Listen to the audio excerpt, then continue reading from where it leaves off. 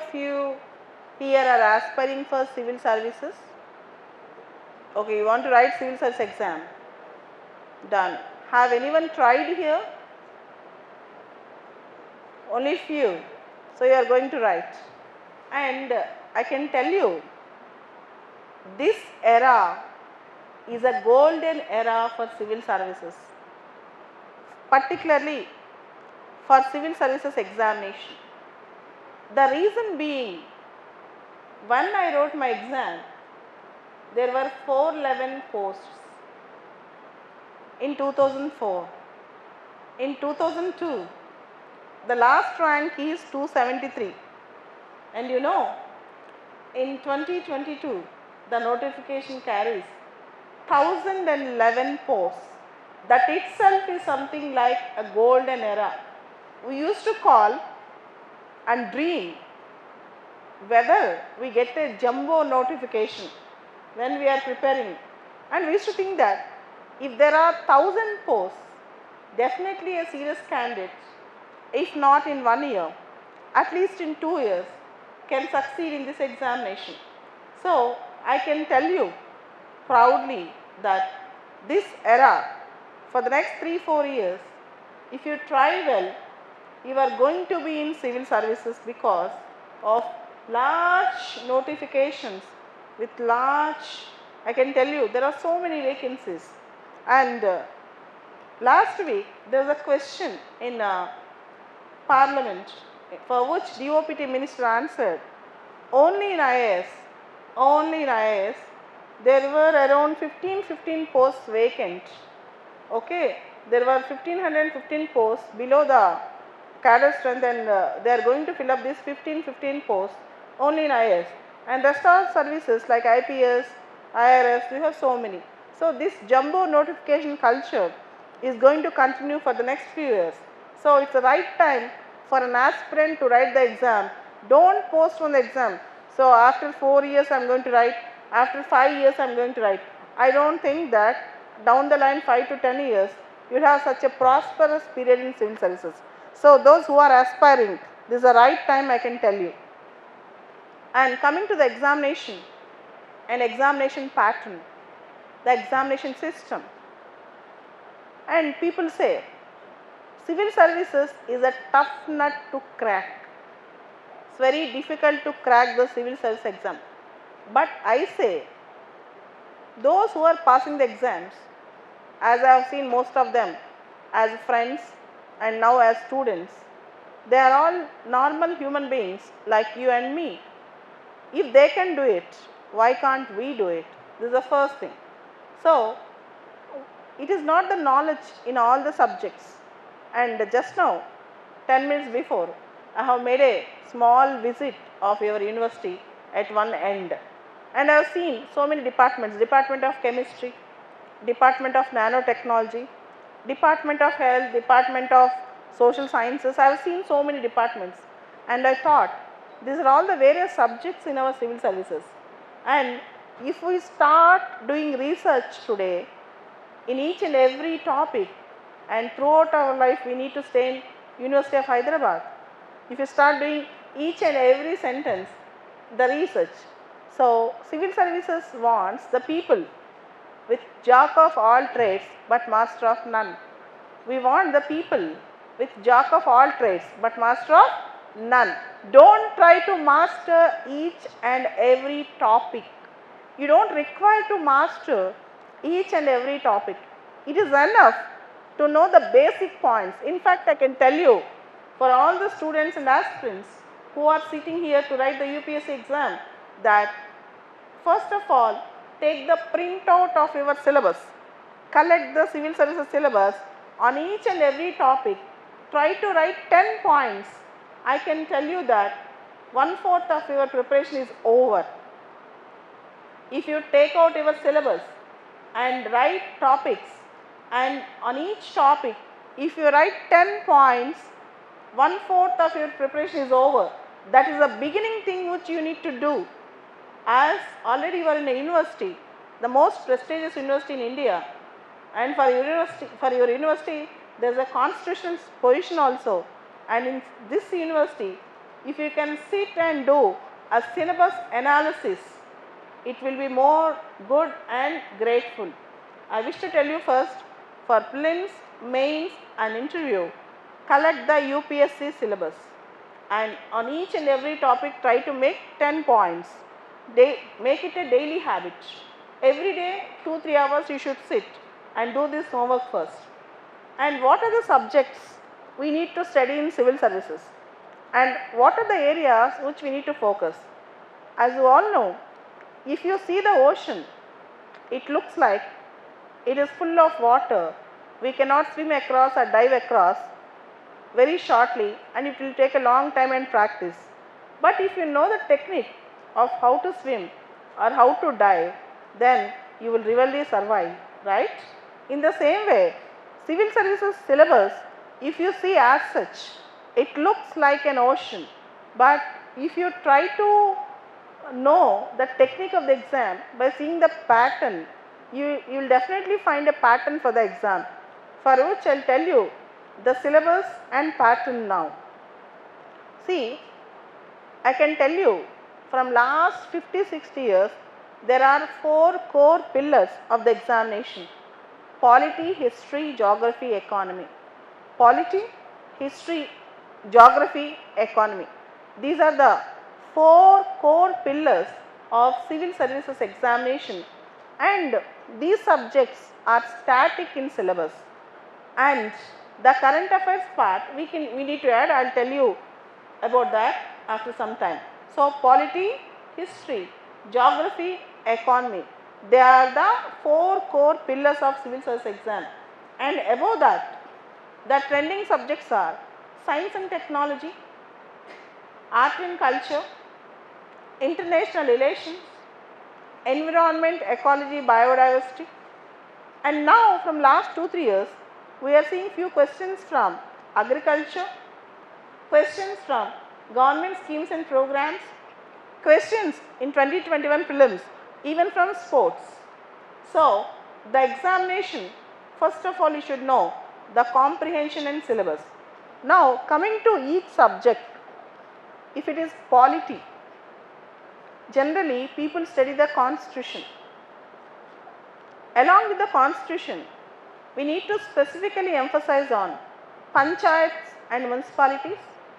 We need to provide a great emphasis on political parties and party system, and we are also expected to know about pressure groups, and we should also study about various public policies and governance schemes and programs.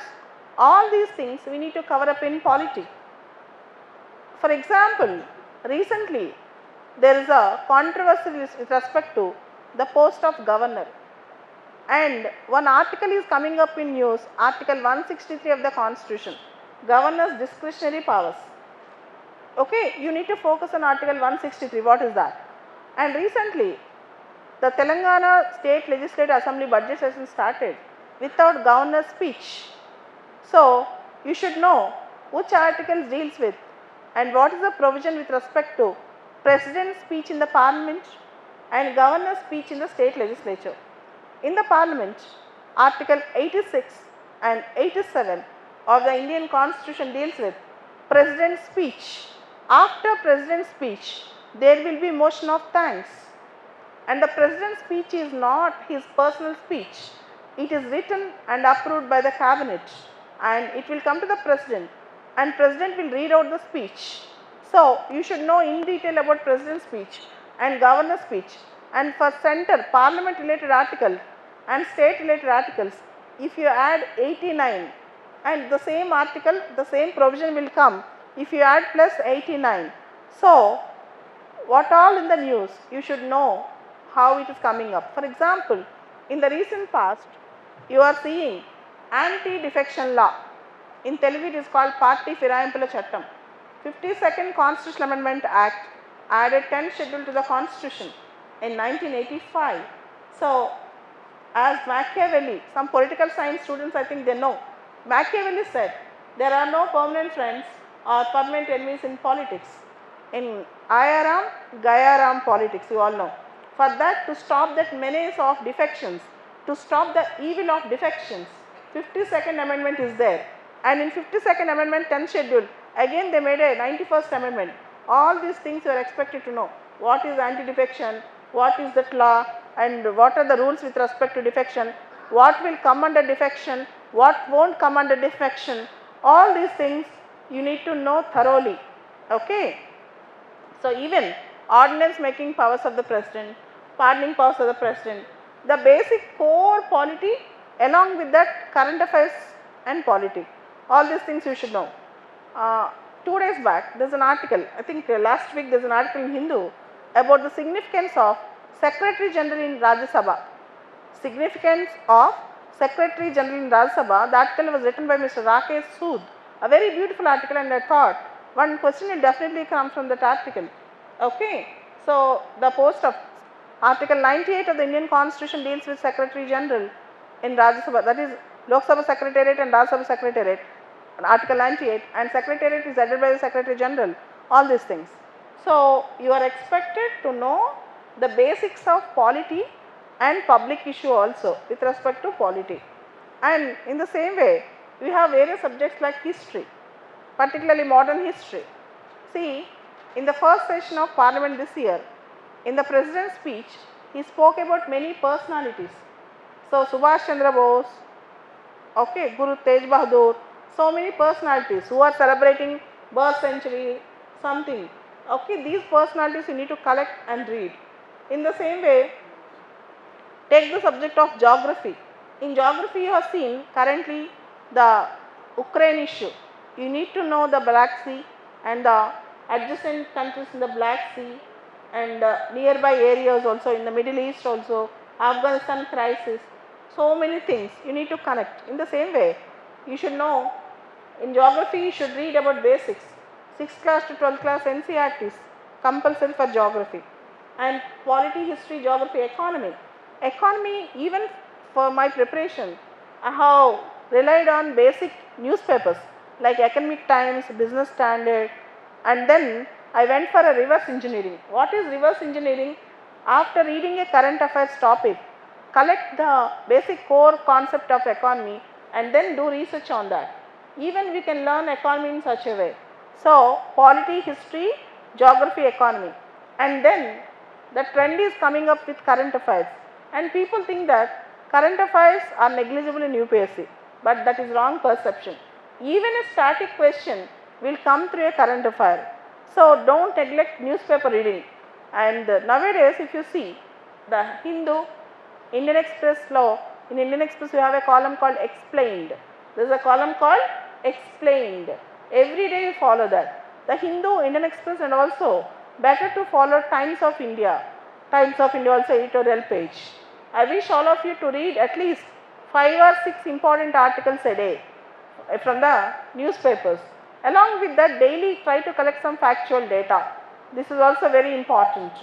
So, you have seen yesterday, day before yesterday, Mr. KCR inaugurated the Yadadri temple. You should know the in detail version of that entire renovation of Yadadri temple or Yadagiri Gutta. And you all know Ramappa Gudi in Warangal, it got UNESCO heritage status. So many current affairs every day. At least collect 5, make your own notes. At least collect 5 current affairs every day and make your own notes. Don't depend on some study material. If you read somebody else's material, it won't stuck in your brain immediately. It will take so much of time. But when you make your own notes, it will helpful for you, and somehow the subconscious mind will help you to give answers for that. So, first complete your basic preparation, even environment, ecology, biodiversity. As you all know, Indian Forest Service Prelims exam and Indian Civil Services Prelims exam, they go hand in hand, preliminary exam, one and the same. The exam for preliminary stage is same. So, you will get good number of questions from environment, ecology and biodiversity, particularly IUCN list, particularly endangered species, critical endangered species, environment terminology, environment basic facts, all these things you can learn. Along with that, environment, ecology, current affairs, Paris climate deal, COP26 recent summit, all these things you need to cover it up. And with respect to international relations, Newspaper is the best source. For example, today we are going to have, I think it was completed, BIMSTEC virtual meet of all prime ministers and presidents in BIMSTEC countries, and the meeting is hosted by Colombo.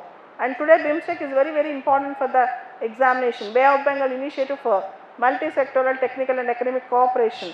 Along with that, if you see India's activist policy, G20, NAM, NATO, NATO is in news. So you are expected to revise all your current affairs with respect to IR. So many students ask me how to read about IR, how to go about international relations. I suggest newspaper is the best source. If you open any newspaper, at least you will get minimum 2 articles with respect to international relations. So international relations also you can go with newspapers. So I can tell you, you study about regional groups, you like RCEP, Regional Comprehensive Economic Partnership. Why India have not joined in RCEP? You can study about SAARC, why SAARC is being dormant, South Asian Association for Regional Cooperation, why it is in the dormant stage. You can study about NATO. NATO was formed in 1949 as a collective defense arrangement. Now, NATO was a major reason for Russian attack on Ukraine. What is NATO? Why it was started? How many members are there in NATO? What is the objective of NATO? And why Trump is not so favorable to NATO? Why again Biden is using NATO forces? All these things you can collect the information and write your own notes. Okay. So, current affairs and international relations and art and culture. Nowadays the trend is whether the candidate knows about the basic Indian art and culture. What comes under art and culture? It might be a dance, classical or folk, it might be a painting, it might be architecture, it might be even tribal arts, it might be even tribal arts. So these things are very, very important. So what all news you collect? I suggest you even to see the videos of various arts, even GI tags, geographical indication tag. GI tag is very important for the examination. Recently, Nagaswaram, one for Tamil Nadu, Nagaswaram, they got a GI tag. Around 400 products in India got GI tag. What is GI tag? What is intellectual property? These concepts you are expected to learn. So, for the basic learning, I think around 6 months to 8 months time you need to spend. And after this basic learning, you have to study particularly writing practice for mains. In mains, you have some subjects like general essay writing skills. Most of us are lagging there. General essay. For that, you are expected to write articles and publish them. Develop your own writing skills. And most of the students in UPSC, they are coming from BTech background. They are unable to write even 1000 words essay in 1.5 hours. That is the biggest problem. UPSC wanted to test whether you can sit and comprehend, whether you can sit and write. For example, whether women emancipation. The hand that rocks the cradle can become the hand that rules the world. The hand that rocks the cradle can become the hand that rules the world. Or, is India a true democracy? Are we really secular? Are we really secular? Or, the problems of vulnerable sections in India. An inclusive society, a myth or reality. Cooperative federalism, a myth or reality. So these are all the essay questions which we can expect. Can you write spontaneously the answers? So writing spontaneously, speaking extemporally is what UPSC expects from us. For that we need to develop a base knowledge. So for that I tell you, try to write one essay every week. Take some topic, write an essay, show it to your friend, read it by yourself for the second time, third time. You will find your own mistakes. Okay, everybody comes to mistake, definitely. And you read, you correct yourself after 2 weeks, after 3 weeks. Then you can analyze what wrong you are doing, how to judge yourself, how to correct yourself. So essay writing. And in mains we have one more paper called ethics. In fact, the title of the paper is Ethics, Integrity and Aptitude. One question I will explain you, a case study. You are going for UPSC interview today morning.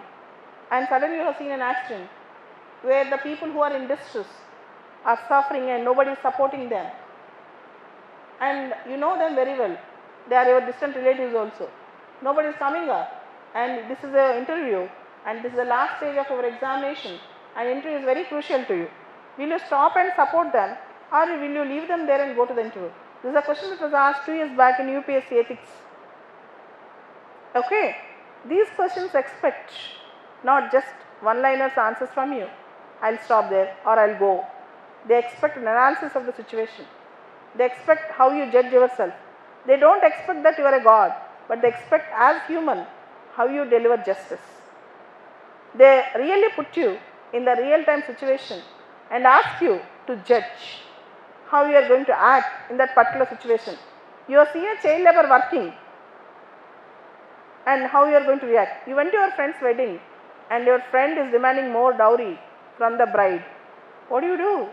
He said, I'm not going to sit in the marriage unless you pay more money, your parents pay more money. His parents are also telling, as a attender or as a visitor to the marriage, how we are going to respond? Will you persuade your friend? Will you call police? And one boy wrote, I married that girl. How many marriages you can make? What's the point? So these things do happen. So you are expected to use your brain in a logical, empathetic, humanistic, at the same time not in an utopian way. If you write tomorrow morning I will make India as Singapore, they will think that you are giving a dabba. Okay, you are projecting yourself in a fashionable way. You are not a truly realistic person, but you want to gain more marks. So in ethics paper we should be very, very careful. At the same time we should use Gandhiji. We should use B.R. Ambedkar. As we are sitting in the B.R. Ambedkar auditorium, I can tell you, we need to use Ambedkar's quotes. Social justice should come before the political justice. Social reforms must come before the political reforms. I love that religion which teaches liberty, equality and fraternity. And Ambedkar said, Mahatmas will come and Mahatmas will go, but untouchables will remain as untouchable forever. Gandhiji said, Mother Teresa said, if you start judging people, you don't find time to love them. Gandhiji said, earth can satisfy everyone's need, but not everyone's greed. These things should come like this to write a good essay or ethics answer sheet. Okay, so they are not simple quotes. You can carry your entire answer or ethics story or essay writing with these quotes. So from now on, develop good writing skills. I think this is the best way of gaining more marks in mains, as prelims marks are only for qualifying. Prelims marks are only qualifying, and mains marks really make you to sit in the service. Even the cadre also will be decided based on your mains marks. As you go up in marks, your roster will also improve. And when you pass prelims, you will go to mains. If you get good marks in mains, for interview they will call 2.5. This year, the result have come and they have invited 2.5. There were around 712 posts and 1843 people were called for the interview, and interviews are going to start. I should properly call them as personality test. The personality test is going to start from April 5th onwards to May 26th. And the great thing, if you ask me to tell one great thing about UPSC examination, you know what I am going to speak? We can 100% rely and trust the examination. It maintains a perfect calendar. I will tell you the date. By May 31st, this is March 30th. In the next 60 days, you are going to see this year UPSC toppers. So with this accuracy, I can tell you. Even I can tell you the result week. In this week, you are going to get result. From last 20 years of my experience, from 2000 to 2020, except during COVID period, exam never got postponed. It never betrayed the students who are really working hard. So that is the greatness of UPSC. You can trust the calendar, you can rely the merit, there is no any duplication. Whatever the examination process they offer to us, if you undergo that without questioning them, you will be in the list. So the interview part will be for 30 minutes and many questions will be asked. 5 people will be sitting, and there will be questions from variety of subjects, not to test your knowledge but to test your personality. Are you capable of leading a district, leading a department for the next 30 years in diverse fields? They test your strength, how balanced you are, how efficient you are, how pluralistic you are, how democratic you are, how non-violent you are. This is also very, very important. So, they can't take an Naxalite and go and sit in the, they cannot make an Naxalite to sit in the official position, and he will believe in violence tomorrow. The ideology might be good, but as a civil servant you need to follow the constitutional principles. You are expected to uplift that. So, these are the 3 stages of the exam, and all the 3 stages will complete in a cycle in 11 to 12 months period, and by the time you get interview results, next day morning you will wake up and say prelims exam. That is how things go. Every year we have a notification. And next thing is coming to the examination stages. In prelims, generally the cutoff will be for GS out of 200 marks, average if the paper is tough 95 to 98. If the paper is easy, it may go up to 105 to 110. Never it went for 200 marks, the cutoff is 130, 140. So, why this? Why this? If you know that 30 questions with accuracy and 30 questions 50-50, if you follow certain techniques, you can pass prelims exam. Okay, and I will show you a live example. He is Mr. Kiran, who is from IIT Delhi, and his engineering is civil engineering background, and he has taken chemistry as his optional, and now CAPF, CAPF exam, Central Armed Police Force exam, he cracked with 15th rank, All India 15th rank. So, he has acumenship in writing the prelims exam. He knows the technique how to crack. I think I wish that he will speak all those techniques. Whenever he writes prelims, he will pass. This year also, he is going to UPSC interview. His interview is on April 28th this year. So, next month by 20th, he is going to complete his interview also. So, the NAP is very, very important. He is just 26 now. He completed 25 and 26th year, and he already got a job and wrote civil service exam. It is not that you need to by heart. I think that even he cannot by heart all the entire syllabus, entire books on the syllabus, but how he could have cracked the exam with that accuracy, prelims exam in CAPF, preliminary exam in UPSC, all these things, how he should have done that. This is the technique of the exam. Having knowledge to an extent is okay, but beyond that, what is the technique of the exam? This is also very important. This is reverse engineering. Collect all the UPSC last 20 years question papers. Collect all the UPSC CAPF last 10-15 years. Collect all the UPSC conducted EPF examination question papers, and try to read every question and also optionals. For every question there will be 4 options. Read every option. Minimum 20% of the questions will be repetitive. Minimum 30% of the models will be repetitive.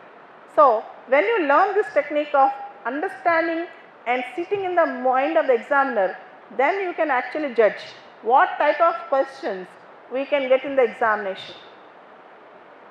This is very, very important. Knowing the technique means understanding and entering into the mindset of an examiner. This is important. And second thing, you have a paper after GS called CSAT. CSAT paper is only qualifying, Civil Services Aptitude Test. This paper is only for qualifying, and this CSAT paper, which is for qualifying, most of the Telugu medium students, even Hindi medium students, they are finding this paper very difficult to answer, so they are not getting through the preliminary examination. Okay. So, if you are an aspirant of civil services, though you are a maths student or non-maths student, start preparing for CSAT right now, from today onwards, if you want to take civil services seriously. See, I am a non-maths student, I have done my BA, I have done my LLB and also LLM, but I have no connection with maths except till my 10th standard. I am very poor in maths, but when I wrote my CSAT exam, I got around 114 or 115 for 200 just by following simple methods. that courage you should have. It's not that always most of the students come to me and complain, ma'am, I worry about CSAT. If you practice CSAT 6 months before or 1 year before, you don't have to feel bad or feel worry about that. If you don't practice and directly go to the exam, then that will be a big setback to you. I think you got my point. Even for CSAT, don't overlook that. Don't neglect that. You need to take it very seriously. That's CSAT part of it. And even for mains, from today onwards, at least have you ever, those who are aspiring for civil here, have you ever wrote a single page any day, properly exclusive for civil services? Daily write 5 pages. How many of you do writing practice? At least 2-3 pages every day, not copying. It's not like copy paste, it's like your own original script. How many of you are writing? Out of 365 days, at least 300 copies. So if you cannot do that and do little bit of work, how can you expect that you will get an all India rank in civil service examination? I can proudly tell that there is one boy called Krishna Teja. He wrote 365 exams every day morning 4:30. Next year he got 66th rank. 365 exams every day morning 4:30, and next year he has seen a rank. So that's very easy. Continuous, dedicated hard work. And see why the people who repeatedly practice will succeed in the exam. The reason being, their mind will be accustomed and there won't be a shortage of words, shortage of ideas, shortage of sentences. They can directly go and sit and write 5 points for everything. So automatically that is the winning point. Nobody, I'll tell you the fact, no one, not even a first ranker, can write entire answer sheet perfectly. Once upon a time in 2014, there is a question, out of all 16 Mahajanapadas, how Magadha rose as a great empire? Then I asked first ranker of that year in 2015 after the results, what answer he wrote? She told, I forgot madam, but I will tell you, I have just applied my logic. I will tell you, I have just applied my logic. I told, what is the logic? Ma'am, automatically geography, history, polity, economy is the answer. What is geography, history, polity, economy? Geography means the location of Magadha, the availability of iron, and the high hills, forts, and the strength of administration, okay, and the greatness of king's history. So polity, economy, history is the answer. And in 2012 exam and 13 results, there is one question, National Mission on Libraries. I asked one girl who passed the exam, who became IAS, what is the answer he wrote? Even I don't know that. The government have started National Mission on Libraries, but I wrote the answer. Then she told, ma'am, I know, shall I tell you one thing? To pass the civil service exam, there is only one shortcut. How to write an answer without knowing the answer. Okay, how to write the answer without knowing the answer. So all the 20 questions nobody knows, not even 10 questions. But how to manage it, how to interpret it, how to apply our logical brain. 1 or 2 questions nobody will apply any brain, because if somebody write Mackworth committee report, if you don't write that Mackworth, how can you write? So 1 or 2 questions nobody will write, but maximum you can complete by having a good writing practice before going to the exam. Okay, so expect this also from you. Study all the UPSC old question papers films and try to find out not only the answers but also why the question was given. This is called reverse engineering. For mains, take all 2013 to 2021 mains question papers. Try to see the questions first. For every day, try to collect 2-3 answers. And one easiest method is take newspaper of the day, read the editorial, write the editorial on your own words, and again check it. Take newspaper, read the editorial, write the editorial in your own words, and again recheck it. Then the simplest way of writing practice. Take every day 5 articles like that, at least complete 3 articles. For the next 1 year, you will see a sea change in your preparation. You will see a drastic change in your preparation. That's how you need to work. And in this peaceful atmosphere, I think I have seen that you can excel in your studies. I don't think that you will get tired with your syllabus and preparation, because even if you sit here, you can study for 15 hours a day. If you study for 10 to 12 hours for next 1 year, next year you will be in the list. If you don't do that, take a long break. Generally, I think you all know. I have, you know Ashok Nagar in Hyderabad? You know Ashok Nagar in Hyderabad. In Delhi there is Rajendra Nagar. In Hyderabad there is Ashok Nagar. And in Chennai there is Anna Nagar. So all Nagars where civil services aspirants will flock.